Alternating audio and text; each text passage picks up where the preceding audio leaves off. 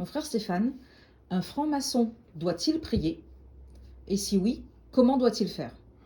Alors, la réponse à cette question, elle est, j'ai envie de dire, évidente. En tout cas, elle est évidente dans une société initiatique, quelle qu'elle soit. La réponse, elle est très claire. Un franc-maçon, dans l'absolu, dans le principe, de manière originelle, on le retrouve dans les rites, qu'ils soient anglais, égyptiens ou autres, effectivement, doit prier. C'est-à-dire que c'est une obligation pour lui de prier. Tristement, ce n'est pas forcément ce qui se fait, ni dans le monde privé, ni même dans le monde maçonnique collectif en loge, bien que certains rites, comme le rite émulation, commencent par une prière chantée au Éternel, Sauveur du monde, qu'on peut retrouver dans le standard d'Écosse ou dans d'autres rites. Alors, dans le cadre spécifique du rite de la maçonnerie égyptienne, c'est-à-dire du mammouth de la maçonnerie égyptienne, qui est le RAPMM, le rite ancien et primitif de Memphis-Misraïm, la réponse, elle est claire. Un franc-maçon égyptien de Memphis-Misraïm est automatiquement théiste. Il reconnaît automatiquement l'existence de Dieu et de l'immortalité de l'âme. Mais là s'arrête le dogme du rite. Et bien évidemment, la prière, non seulement elle est présente dans le rituel, puisqu'on le voit dans certains déroulés entre le rituel long et le rituel court, ou quand le Véné descend et qui s'adresse au suprême architecte de tous les mondes, toi qui as dit, et ainsi de suite, et qu'il offre l'encens, et ainsi de suite. Le dieu mais inconnu des temples de Memphis, et patati patata. Donc très clairement, la réponse elle est oui. Maintenant, comment doit-on faire? Alors il y a deux méthodes pour cela. La première méthode, c'est évidemment de se mettre dans un décorum qui permet de se mettre en condition de prière.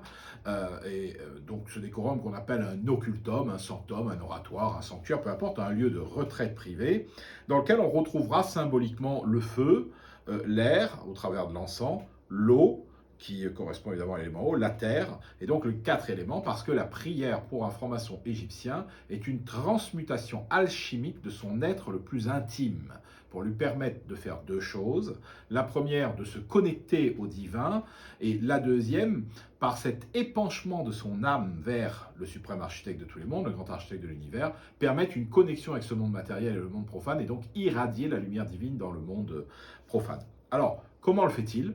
Tout d'abord, nous avons des prières usuelles, traditionnelles, ancestrales qu'il peut utiliser, tout comme dans la religion chrétienne, où on peut retrouver le Notre Père qui est aux cieux, qui est donc stéréotypé, qu'on va répéter, lire, un peu comme un mantra, mais occidental. Et puis, il y a une deuxième partie qu'on appelle la prière du cœur, la prière naturelle. En hébreu, par exemple, on dit Hitbodedut, c'est la prière qui vient du cœur. On parle à Dieu, ou à sa conception, à sa compréhension de Dieu, au Dieu de son cœur, au Dieu de sa compréhension, comme le disent les Rosicruciens.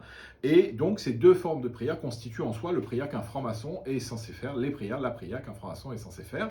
Pour autant, il n'y a pas de dogme où ce n'est pas fermé, c'est-à-dire qu'un franc-maçon égyptien peut très bien pratiquer la Swalat musulmane et faire les 5 namazes, faraz, il peut faire le Shema Israël, il peut faire le Notre Père, des mantras bouddhistes, ou même des mantras indiens, le Gayatri Mantra ou autre. Ça n'est pas très important, ce sont des supports. L'objectif essentiel, principal, c'est qu'il retrouve, qu'il se connecte à son âme pour s'épancher vers l'éternel, vers Dieu, qu'un franc-maçon égyptien reconnaît obligatoirement. La maçonnerie égyptienne n'est pas et n'a jamais été athée. Ce serait une ineptie de dire ça. Alors, bon, on avance ce qu'on veut. Bref, donc oui, on doit prier et voilà comment on doit faire avec un décorum qui est plus ou même, qui est d'ailleurs identique à celui qu'on utilise dans le cadre de la méditation. J'ai dit.